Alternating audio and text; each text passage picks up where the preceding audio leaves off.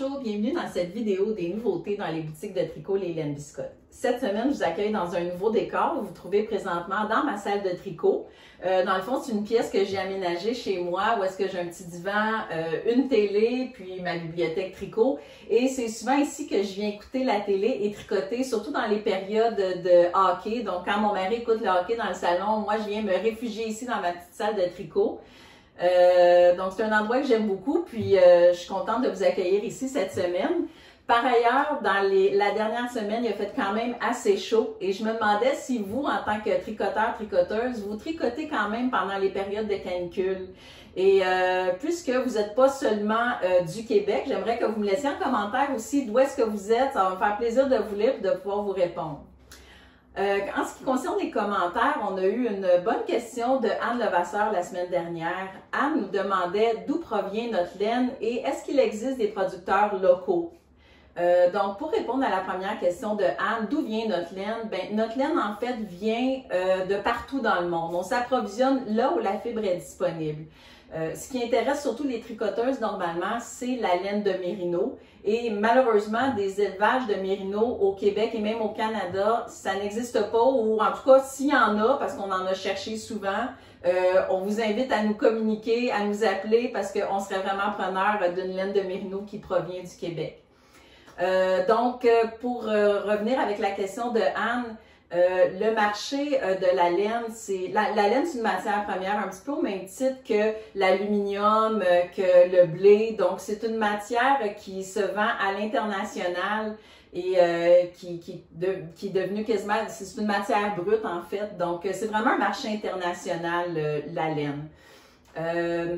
Les producteurs ici au Canada, pour la majorité des productions, en tout cas, c'est des moutons qui ont été développés par Agriculture Canada pour leur qualité de consommation alimentaire.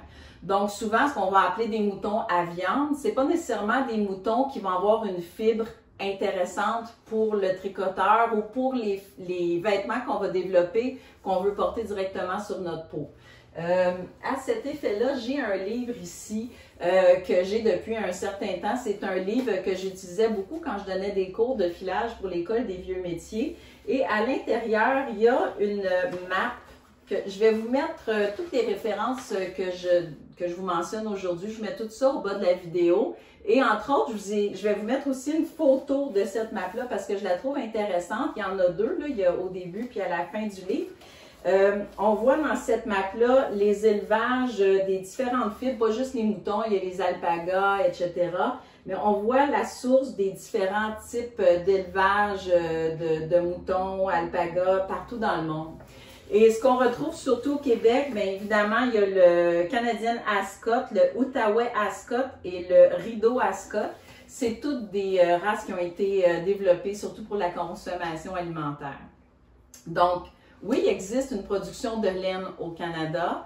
C'est surtout une laine qui va être exportée. En fait, 90% de la production de laine au Canada est exportée. Le plus grand acheteur de laine canadienne, c'est la Chine et il y a d'autres pays aussi.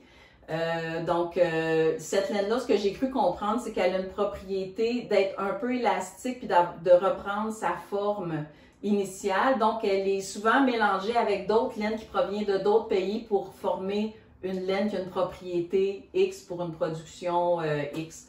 Donc, c'est ce que j'ai appris dans le fond, en fait, de production de laine au Canada.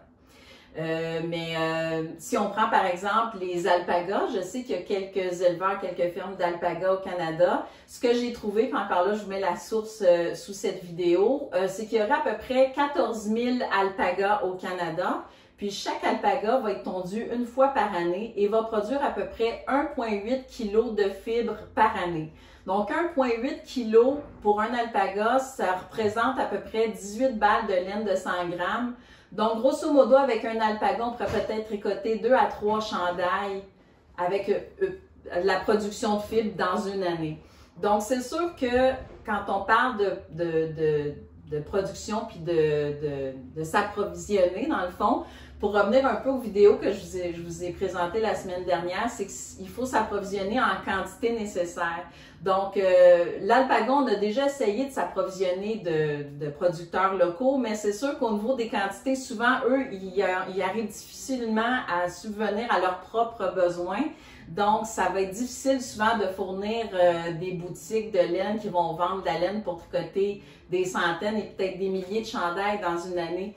Donc, même souvent, les producteurs d'alpaga locaux vont même souvent s'approvisionner d'alpaga du Pérou pour combler ce qui manque à leur production. Donc, voilà, ça fait le tour un peu pour ce qui est de la question de Anne. J'espère avoir bien répondu à cette question.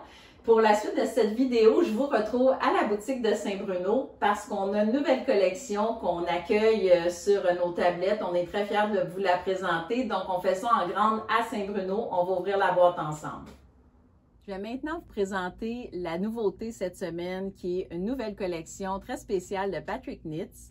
Comme vous savez, bon, évidemment, Patrick Knits, je le connais et j'ai eu la chance déjà de voir cette collection, mais je veux vous faire vivre un peu qu'est-ce qui se passe en boutique quand on reçoit une belle collection comme ça ici. Donc, on va ouvrir la boîte ensemble. La collection de Patrick Knits Signature, c'est une collection de 10 couleurs de laine à rayures. Je vous en dis pas plus parce qu'on va les découvrir ensemble. Donc, voilà de quoi ça a l'air quand on ouvre une nouvelle boîte de collection. On a ici un petit affiche pour faire la promotion de la laine dans la boutique. J'ai également quelques cartons promotionnels pour remettre aux clients qui vont être intéressés à découvrir cette collection. Et j'ai 10 couleurs ici. Les 10 couleurs, j'ai 5 écheveaux par couleur, puis chacune de ces couleurs porte un nom qui veut dire merci en différentes langues. Donc, pour bien voir ces couleurs-là, je vais inviter la caméra à se rapprocher. Vous allez pouvoir voir la particularité de ces rayures-là. Ce qui est vraiment intéressant et que j'aime beaucoup, c'est qu'il y a un agencement de rayures pleines avec des rayures picotées. Et ça prend une technique vraiment spéciale. Évidemment, Patrick Knits, comme je vous disais, je le connais bien et je sais que ça fait 10 ans qu'il teint la laine. Et il a développé ses propres techniques pour teindre les laines que vous voyez en ce moment. Et j'arrive difficilement à choisir ma favorite. Évidemment, il y a celle-là ici avec du bleu et avec des petits speckles, comme on dit en anglais, mais des petits picots multicolores que je trouve vraiment super belles. Il y a la couleur Merci aussi que j'aime beaucoup. C'est la couleur ici. Et d'ailleurs, j'ai eu la chance de tricoter cette couleur-là pour développer un nouveau design que j'ai offert à Patrick et que je vous offre gratuitement en ligne. C'est un modèle qui s'appelle Stoïque et vous allez pouvoir découvrir ce patron et évidemment l'inspiration de ce modèle en ligne sur le site Les Laines Biscotte puisque ce modèle-là vous est offert gratuitement. C'est un modèle qui démarre par le talon où est-ce qu'on va aller augmenter des mailles jusqu'à temps qu'on arrive à la cheville et après ça, on va aller terminer avec la jambe et le pied.